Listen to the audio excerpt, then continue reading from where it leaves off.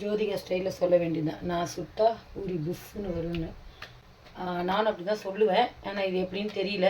ஏன்னா நேற்று ஃப்ரிட்ஜில் வச்ச மாவு சப்பாத்திக்கு பிசைஞ்சது. பூரினா கொஞ்சம் ரவை போடுவோம், ஒரு ஸ்பூனு ரவை.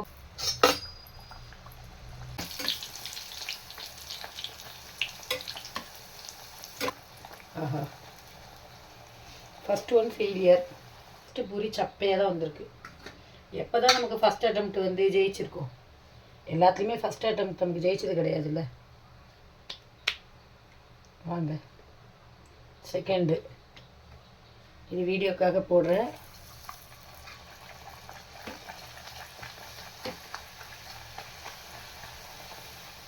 வீடியோக்காக போடுறேன். அது கூட பார்த்தீங்களா பொரிஞ்சு வந்திருக்கு ஃப்ரெண்ட்ஸ், புஃப்னு வந்திருக்கு. அதாவது என்ன தத்துவம்னா, எந்த ஒரு விஷயமும் முதல்ல ஃபெயில் ஆகிடுச்சுன்னா ஐயோ வராதுன்னு முயற்சியை கைவிடாதீங்க. அடுத்தடுத்த விஷயங்களை பண்ணும்போது தான் அது ஜெயிக்கும். பார்த்தீங்களா, புஃப்னு வந்துடுச்சு. எண்ணெயே குடிக்கலை.